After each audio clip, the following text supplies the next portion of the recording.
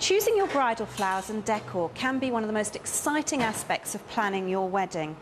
The variety and colour that's available seemingly year-round now makes your choices endless.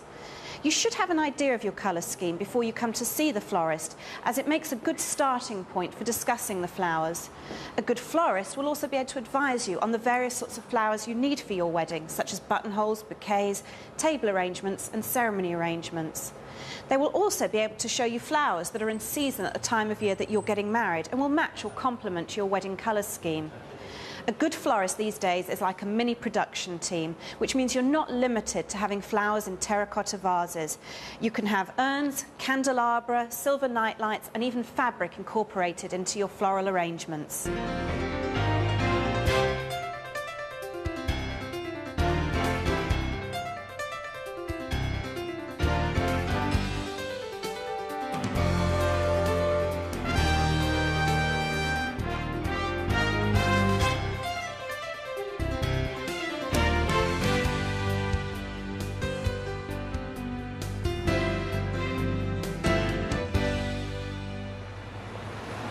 So to show you some of the wonderful and exciting creations you can have for your wedding, I've come here to Moisey Stevens in the heart of London Sloane Street to talk to Mark Walker.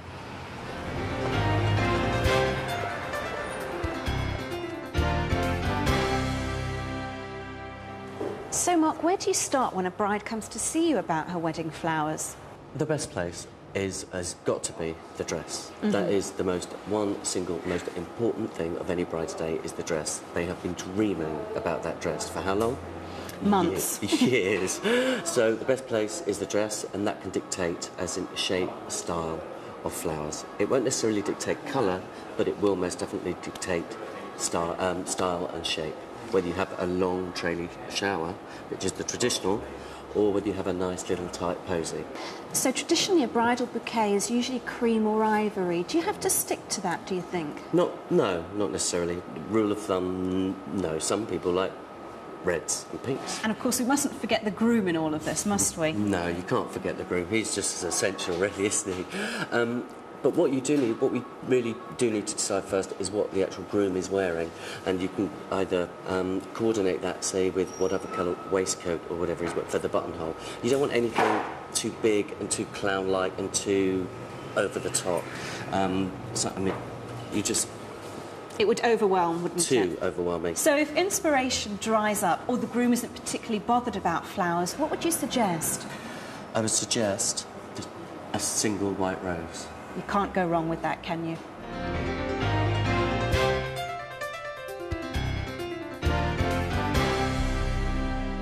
Now we can think about the style of the arrangements for the tables, and really the options seem limitless, don't they? What sort of thing can you have? They're endless. I mean, if your imagination runs riot, the more, the better. You can have a tall silver candelabra dripping in flowers and ivy trailing down. You can have a Gothic one with a big clump of, say, beautiful velvety red amaryllis, and especially at this time of year. You can have subtle low decorations. You can do baskets and mounds and include fruit. You could do fruit containers or cabbage leaf containers, or you can do coloured water vases with lots of glitter, lots of sparkle to add a bit of extra height. One of the things I'm absolutely adamant about having at a wedding is great lighting, because it just sets the atmosphere. It makes the room, and it can highlight the flowers and any other sort of decoration that you have in the room. Tonight here we've decorated the mantelpieces and even right down into the grate here with the candles, which just give a lovely warm look to it. We've pin-spotted all the tables here because when the candles are lit it looks really, really effective. So you can see it's just warm pools of light around the room. I've also uplit the pillars tonight and dimmed down the chandeliers. So again, it just gives that sort of intimate feel, and it's amazing what can be done with lighting. So always discuss that with your venue, because it is well worth it.